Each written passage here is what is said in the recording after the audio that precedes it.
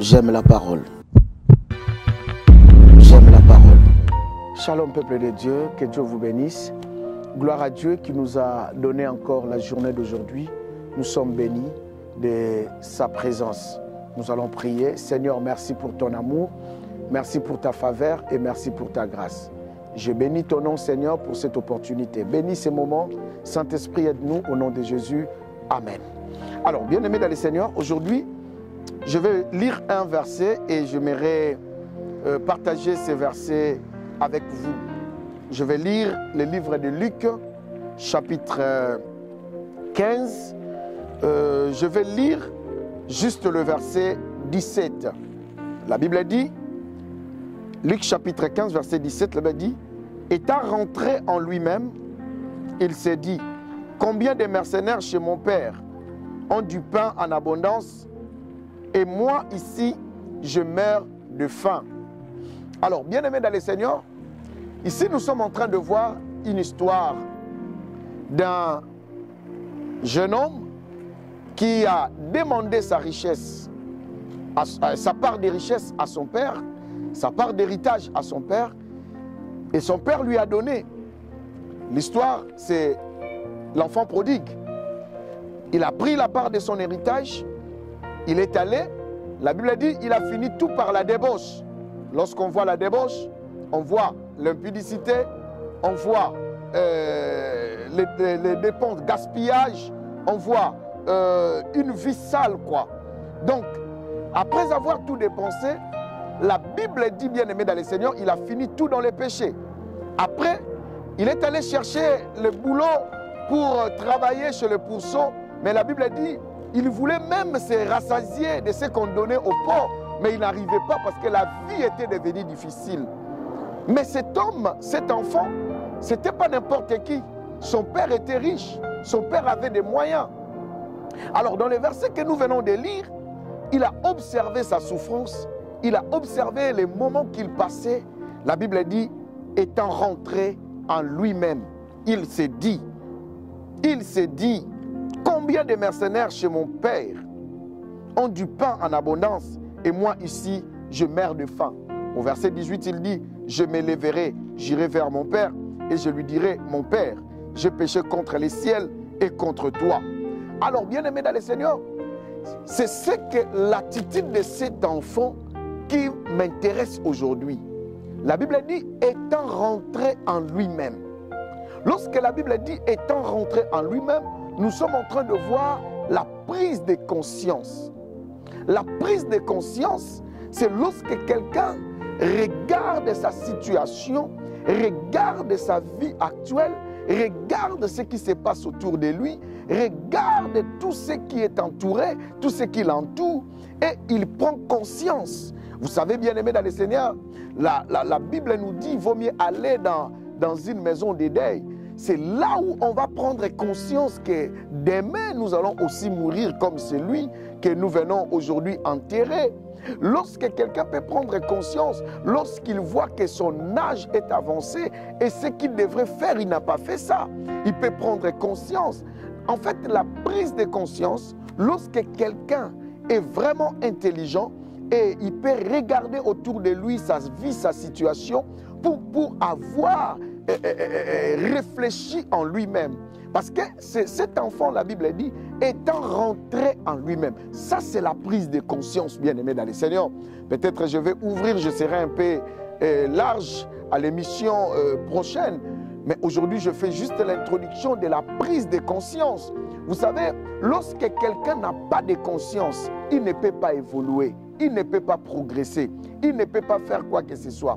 Parce qu'il n'arrive pas à prendre conscience. Écoutez, même la délivrance commence, la vraie délivrance commence quand il y a la prise de conscience. Les jours où la personne prend conscience, c'est les jours où il commence sa marche vers sa délivrance. Mais aussi longtemps, personne ou quelqu'un n'arrive pas à prendre conscience, c'est très difficile. Cet enfant bien-aimé dans le Seigneur, il a compris que tout ce que j'avais est fini et je commence à souffrir, je commence à galérer. Ma vie entre dans une situation difficile, ma vie est compliquée. compliqué et je ne sais plus quoi faire, je ne sais plus où aller. Maintenant, je commence à chercher à me rassasier avec des carouches, des aliments de porc, mais je n'y arrive pas toujours. Bien-aimé dans le Seigneur, il pouvait aussi ne pas prendre conscience parce qu'il y a beaucoup de gens qui traversent aussi des moments difficiles, mais ils ne prennent jamais conscience. Il y a aussi des gens qui sont dans des situations malheureuses, mais ils ne prennent jamais conscience. Mais cet enfant, la Bible dit, étant rentré en lui-même. L'effet seulement de rentrer en lui-même, c'est la prise de conscience. Écoutez, bien-aimé, il prend conscience. Il se dit non, je dois me lever, je dois rentrer chez mon Père. Quel que soit ce qui va m'écouter. Bien-aimé, dans la vie, parfois, certaines personnes disent que je n'ai pas le choix. Non, dans la vie, il faut avoir toujours un choix. Car la vie est faite aussi des choix. Mais la prise de conscience t'aidera aussi à faire un bon choix. Bien-aimé dans le Seigneur, mais aussi longtemps quelqu'un ne peut pas prendre conscience, la personne ne peut pas évoluer. Bien-aimé dans le Seigneur, cet enfant a regardé. Aujourd'hui, moi j'ai mangé sur la table. Aujourd'hui, je mange avec des porcs. Moi j'ai mangé tout ce que je voulais dans notre maison. Mon père d'ailleurs, il a beaucoup de serviteurs qui ne manquent pas à manger. Mais moi je manque à manger. Mais non, il s'est dit non, j'irai vers mon père, je me lèverai. Écoutez, bien-aimés dans le Seigneur, combien de gens arrivent à prendre conscience de leur situation? Combien de gens arrivent à prendre conscience de leur âge, bien-aimés, avancé? Combien de gens arrivent à prendre conscience du travail qu'il est en train de faire? Combien de gens arrivent à prendre conscience de la vie qu'il est en train d'amener aujourd'hui? Combien de gens arrivent à prendre conscience, bien-aimés, de ses enfants, de la croissance de ses enfants? Combien de gens arrivent à prendre conscience de son mari, de sa femme? Combien de gens arrivent à prendre conscience de la vie de ses parents? Combien de gens arrivent à prendre conscience, bien-aimés dans le Seigneur, de l'évolution dont le monde est actuellement? Combien de gens arrivent à prendre conscience de la crise sanitaire qui se transforme en crise économique? Combien de gens arrivent à prendre conscience? Voilà pourquoi dans l'émission prochaine, bien-aimés dans le Seigneur, je vous parlerai en profondeur et je vais développer point par point comment beaucoup de gens n'arrivent pas à s'en sortir dans leur vie juste parce qu'ils n'arrivent pas à prendre conscience. Vous savez, bien-aimés dans le Seigneur, même Israël en Égypte, il devrait faire 400 ans. Ils ont fait 430 ans. Les jours où ils ont pris conscience, la Bible dit, ils ont crié à l'Éternel et l'Éternel s'est souvint. Bien-aimés, s'ils n'avaient pas pris conscience, bien-aimés, de leur situation, ils n'allaient pas aussi crier à Dieu. Même Daniel, bien-aimé dans le Seigneur, il a compris que le temps fixé par Dieu est déjà accompli et nous devons quitter Babylone.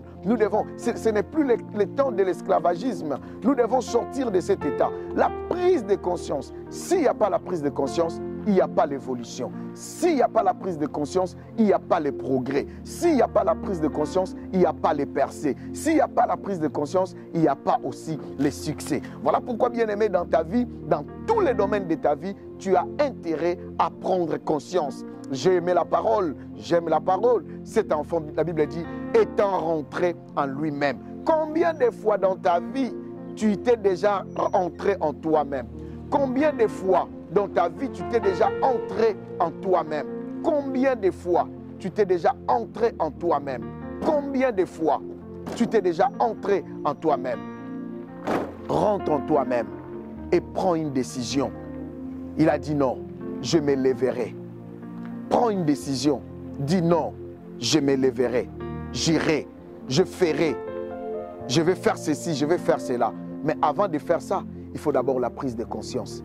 Bien-aimés dans le Seigneur, voilà pourquoi Dieu a placé la tête au-dessus des épaules de tous les membres. Parce qu'avant de poser l'action, bien-aimé, il faut que la tête commence d'abord à tourner. Or que la conscience, c'est au niveau de la tête. Si tu fais l'action avant la prise de conscience, rien ne marchera. Il faut d'abord prendre conscience et faire poser des actions. Que Dieu vous bénisse, bien-aimés dans le Seigneur. À l'émission prochaine, nous allons développer cela, nous allons prier. Seigneur éternel, je bénis mes frères, je bénis mes sœurs qui m'ont suivi aujourd'hui, bien, Seigneur éternel. Bénis mes frères et mes sœurs et aide-nous à prendre conscience dans notre vie. Au nom de Jésus-Christ, j'ai ainsi déclaré et prié et nous disons Amen. Que Dieu vous bénisse, bien-aimés dans le Seigneur. À la prochaine émission. Au revoir.